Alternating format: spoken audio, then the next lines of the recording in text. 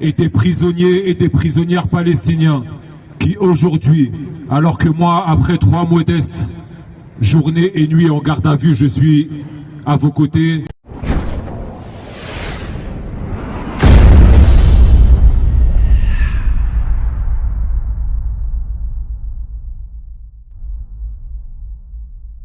On a nécessairement, d'abord et avant tout, une pensée pour les Palestiniens prisonniers dans ces centres de torture qui font face aux sévices, aux abus d'un régime génocidaire qui commet les pires crimes, des viols, des privations de toutes sortes, des atteintes à la dignité humaine, alors qu'il continue à se prétendre être la seule démocratie du Proche-Orient ou les représentants de la civilisation.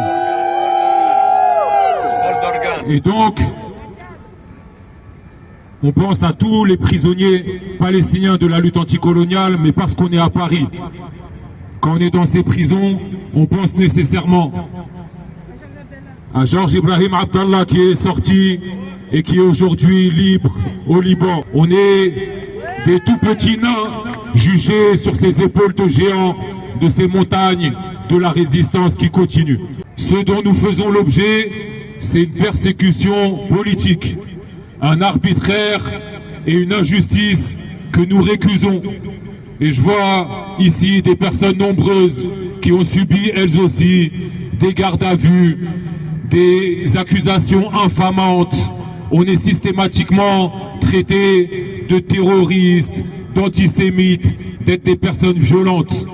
Alors que nous défendons avec courage, alors que nous défendons avec une résolution à toute épreuve, alors que nous défendrons toujours le droit des peuples à briser leurs chaînes, le droit des peuples à se soulever contre la tyrannie coloniale, à se soulever contre cet ordre injuste qui aujourd'hui gouverne par le génocide à Gaza, contre ces milliardaires qui prétendent gouverner le monde.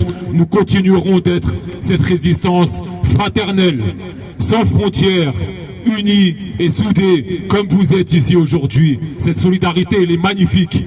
Elle n'a pas de frontières. Et on continuera de se battre ensemble.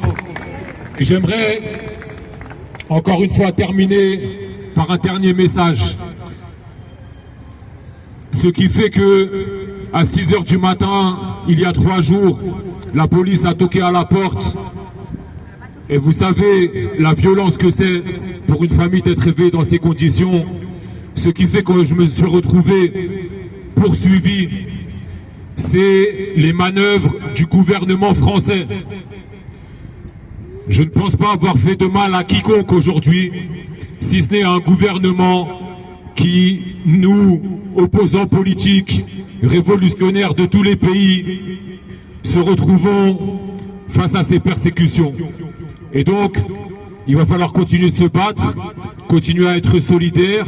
Ensuite, contre Omar lui-même, parce qu'il y a déjà le problème du gel des avoirs et maintenant ces procédures où ils ont déployé des moyens délirants, où il a passé 48 heures en garde à vue, il a dormi au dépôt, il a été déféré. Il y aura un procès pour lequel il faut se donner rendez-vous parce qu'on sait qu'évidemment, même si on travaille avec toute notre énergie, toute notre passion pour essayer de sortir les gens à chaque fois, le judiciaire ça suffit pas. Évidemment que l'importance de la mobilisation c'est capital et c'est la raison pour laquelle évidemment moi je serai toujours aux côtés de Omar et de tous ces bravo.